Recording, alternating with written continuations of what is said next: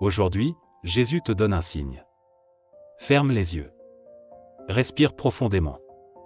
Imagine la foule qui s'amasse autour de Jésus. Ils veulent un signe. Un miracle. Quelque chose de spectaculaire qui les convaincra. Donne-nous un signe du ciel.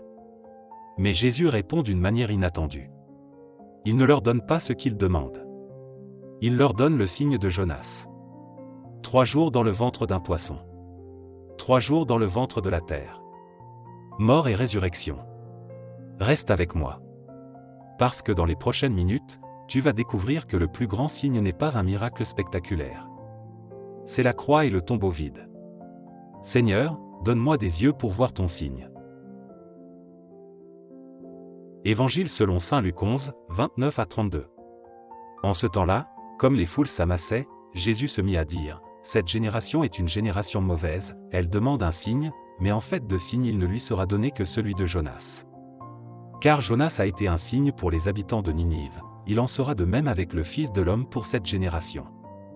Lors du jugement, la reine de Saba se dressera en même temps que les hommes de cette génération, et elle les condamnera.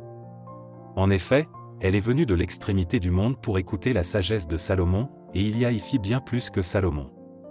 Lors du jugement, les habitants de Ninive se lèveront en même temps que cette génération, et ils la condamneront. En effet, ils se sont convertis en réponse à la proclamation faite par Jonas, et il y a ici bien plus que Jonas. Seigneur Jésus, ces paroles me dérangent. Cette génération est une génération mauvaise. Tu parles de la génération de ton temps. Mais tu parles aussi de la mienne. Je suis de cette génération qui demande des signes. Je veux voir pour croire. Guéris cette maladie, et je croirai. Donne-moi ce travail, et je te suivrai. Résous ce problème, et je te ferai confiance. Mais tu réponds, il ne lui sera donné que le signe de Jonas.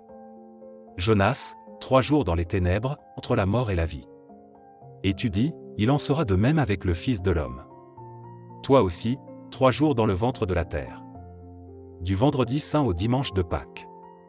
Le signe qu'il demande, c'est ta mort et ta résurrection. Pas un feu du ciel. Pas une apparition glorieuse. Une croix. Un tombeau. Et un tombeau vide. Car Jonas a été un signe pour les habitants de Ninive. Jonas n'a pas fait de miracle à Ninive. Il a juste proclamé sa parole. Et pourtant, les Ninivites se sont convertis. Tous. Du roi jusqu'aux animaux, toute la ville a jeûné et s'est repentie. Ils ont cru sans voir de signe. Et tu dis, il y a ici bien plus que Jonas. Si les Ninivites se sont convertis à la parole d'un prophète, combien plus devrions-nous nous convertir à ta parole à toi?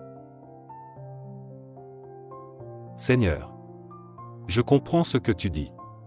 Tu me condamnes. Tu condamnes mon besoin de voir pour croire, mon incrédulité déguisée en prudence. Les Ninivites ont cru.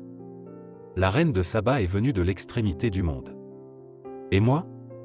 J'ai bien plus qu'eux. J'ai ton évangile. Tes sacrements. 2000 ans de témoignages. Et pourtant, je demande encore des signes. Le signe que tu m'offres n'est pas ce que j'attendais. Je voulais du spectaculaire. Tu me donnes la souffrance. Je voulais de la gloire. Tu me donnes la croix. Mais c'est le signe suprême. Un signe qui demande la foi pour être vu. Père, tu me connais. Tu sais que je suis comme cette génération. Quand je ne vois pas de réponse rapide, je doute. Je doute de ton amour, de ta puissance, de ta présence. Parce que je veux voir pour croire.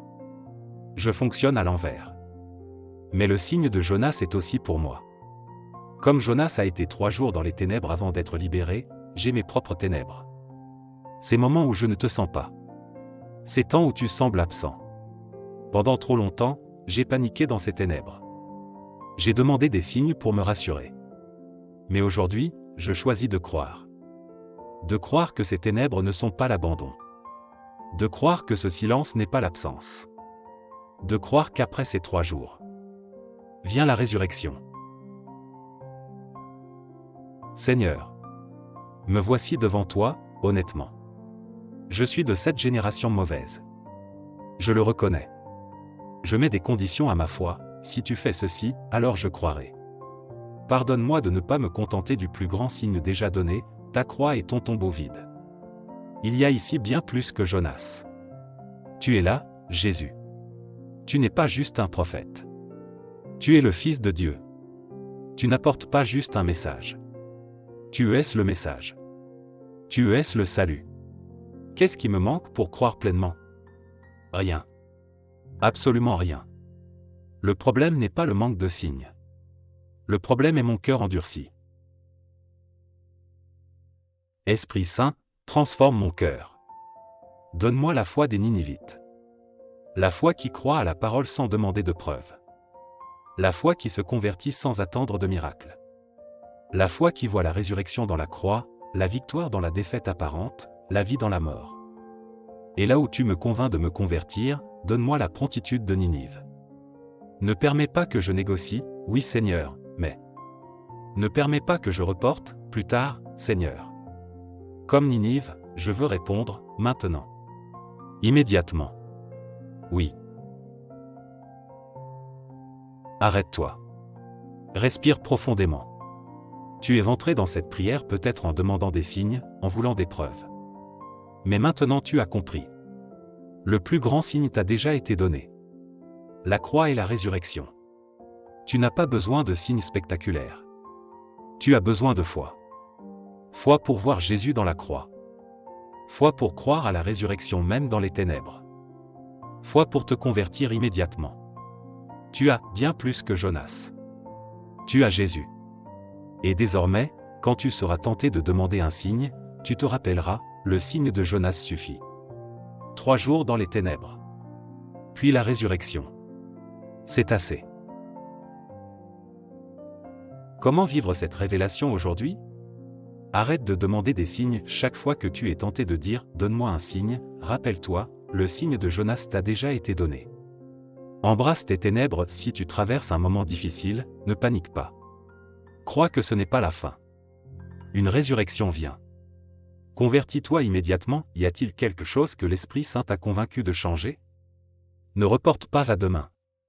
Contemple la croix, prends quelques minutes pour contempler un crucifix.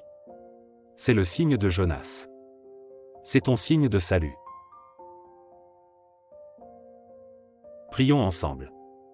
Notre Père, qui es aux cieux, que ton nom soit sanctifié, que ton règne vienne, que ta volonté soit faite sur la terre comme au ciel.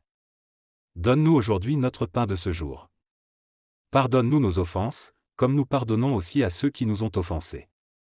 Et ne nous laisse pas entrer en tentation, mais délivre-nous du mal. Amen. Que le Seigneur te bénisse et fortifie ta foi. Va maintenant, en ne demandant plus de signes spectaculaires. Va, en croyant que la croix et la résurrection sont le signe ultime. Va, et crois sans voir. Comme les Ninivites. Car tu as bien plus que, tu as Jésus. Au nom du Père, et du Fils, et du Saint-Esprit. Amen. Il y a ici bien plus que Jonas. Bon et saint Carême.